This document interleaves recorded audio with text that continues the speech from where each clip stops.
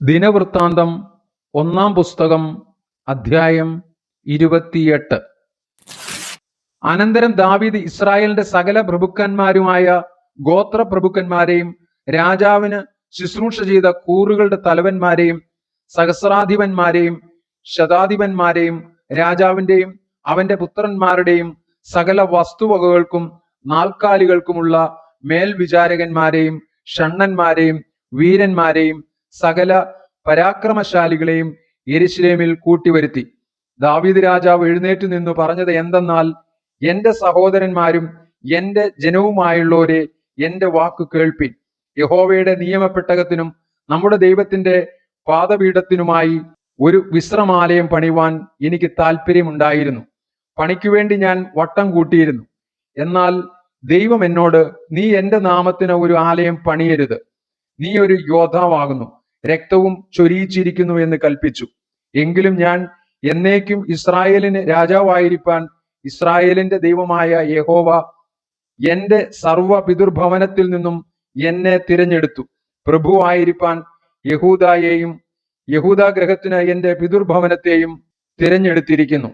എന്റെ അപ്പന്റെ പുത്രന്മാരിൽ വെച്ച് എന്നെ എല്ലാ ഇസ്രായേലിനും രാജാവാക്കുവാൻ അവന് പ്രസാദം തോന്നി.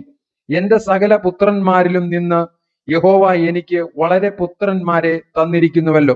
അവൻ എന്റെ മകനായ ശലോമോനെ ഇസ്രായേലിൽ യഹോവയുടെ രാജാസനത്തിൽ ഇരിപ്പാൻ തിരഞ്ഞെടുത്തിരിക്കുന്നു. അവൻ എന്നോട്, നിന്റെ മകനായ ശലോമോൻ എന്റെ ആലയവും എന്റെ പ്രാകാരങ്ങളും പണിയും. ഞാൻ അവനെ എനിക്ക് പുത്രനായി തിരഞ്ഞെടുത്തിരിക്കുന്നു. ഞാൻ അവന് പിതാവായിരിക്കും. അവൻ ഇന്ന് ചെയ്യുന്നത് പോലെ എന്റെ കൽപ്പനകളും വിധികളും ആചരിപ്പാൻ സ്ഥിരത കാണിക്കുമെങ്കിൽ ഞാൻ അവന്റെ രാജ്യത്വം എന്നേക്കും സ്ഥിരമാക്കുമെന്ന് അരുളി ചെയ്തിരിക്കുന്നു. ആകയാൽ യഹോവയുടെ സഭയായ എല്ലാ ഇസ്രായേലും കാണുകയും നമ്മുടെ ദൈവം കേൾക്കുകയും ഞാൻ പറയുന്നത്, നിങ്ങൾ ഈ നല്ല ദേശം അനുഭവിക്കുകയും പിന്നത്തേതിൽ അത് നിങ്ങളുടെ മക്കൾക്ക് ശാശ്വതാവകാശമായി വെച്ചേക്കുകയും ചെയ്യേണ്ടതിന് നിങ്ങളുടെ ദൈവമായ യഹോവയുടെ കൽപ്പനകളൊക്കെയും ആചരിക്കുകയും ഉപേക്ഷിക്കാതിരിക്കുകയും ചെയ്യുവിൻ. നീയോ എന്റെ മകനെ ശലോമോനെ, നിന്റെ അപ്പന്റെ ദൈവത്തെ അറിയുകയും അവനെ പൂർണ്ണ ഹൃദയത്തോടും നല്ല മനസ്സോടും കൂടെ സേവിക്കുകയും ചെയ്യുക. യഹോവ സർവ്വ ഹൃദയങ്ങളെയും പരിശോധിക്കുകയും വിചാരങ്ങളും നിരൂപണങ്ങളും എല്ലാം ഗ്രഹിക്കുകയും ചെയ്യുന്നു.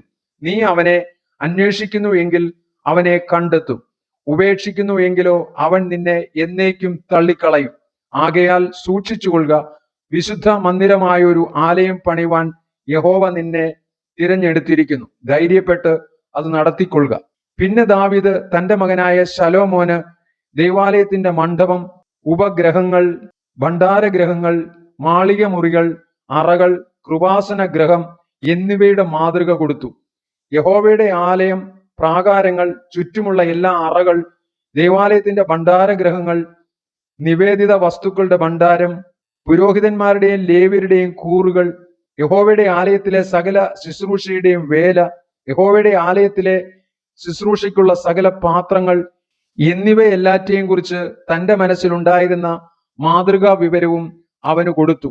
അതത് ശുശ്രൂഷയ്ക്കുള്ള ഉപകരണങ്ങൾക്കൊക്കെയും പൊന്നുകൊണ്ടുള്ള ഉപകരണങ്ങൾക്ക് തൂക്കപ്രകാരം പൊന്നും, അതത് ശുശ്രൂഷയ്ക്കുള്ള ഉപകരണങ്ങൾക്ക് ഒക്കെയും വെള്ളി കൊണ്ടുള്ള ഉപകരണങ്ങൾക്കൊക്കെയും തൂക്കപ്രകാരം വെള്ളിയും, പൊൻവിളക്ക് തണ്ടുകൾക്കും അവയുടെ സ്വർണ്ണ ദീപങ്ങൾക്കും വേണ്ടുന്ന തൂക്കമായി ഓരോ വിളക്കുതണ്ടിനും അതിന്റെ ദീപങ്ങൾക്കും തൂക്കപ്രകാരം പൊന്നും, വെള്ളി കൊണ്ടുള്ള വിളക്കുതണ്ടുകൾക്ക് ഓരോ തണ്ടിന്റെയും ഉപയോഗത്തിന് തക്കവണ്ണം അതത് തണ്ടിനും അതതിന്റെ ദീപങ്ങൾക്കും തൂക്കപ്രകാരം വെള്ളിയും കൊടുത്തു.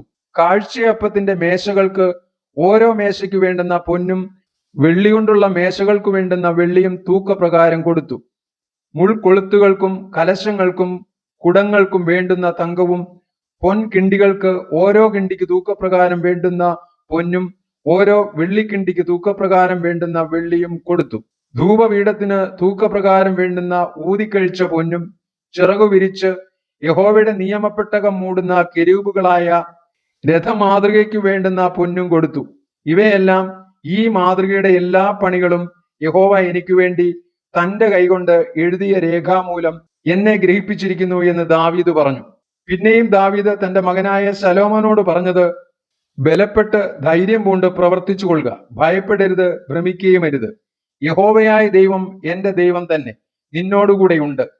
യഹോവയുടെ ആലയത്തിലെ ശുശ്രൂഷയ്ക്കുള്ള എല്ലാ വേലയും നീ നിവർത്തിക്കും വരെ അവൻ നിന്നെ കൈവിടുകയില്ല, ഉപേക്ഷിക്കുകയുമില്ല. ഇതാ, ദൈവാലയത്തിലെ സകല ശുശ്രൂഷയ്ക്കും വേണ്ടി പുരോഹിതന്മാരുടെയും ലേവ്യരുടെയും കൂറുകൾ ഉണ്ടല്ലോ. ഓരോവിധ ശുശ്രൂഷയ്ക്കും മനസ്സും സാമർഥ്യവുമുള്ള ഏവരും എല്ലാ വേലയ്ക്കായിട്ടും നിന്നോടുകൂടെ ഉണ്ട്. പ്രഭുക്കന്മാരും സർവ്വജനവും നിന്റെ കൽപ്പനയ്ക്കൊക്കെയും വിധേയരായിരിക്കും.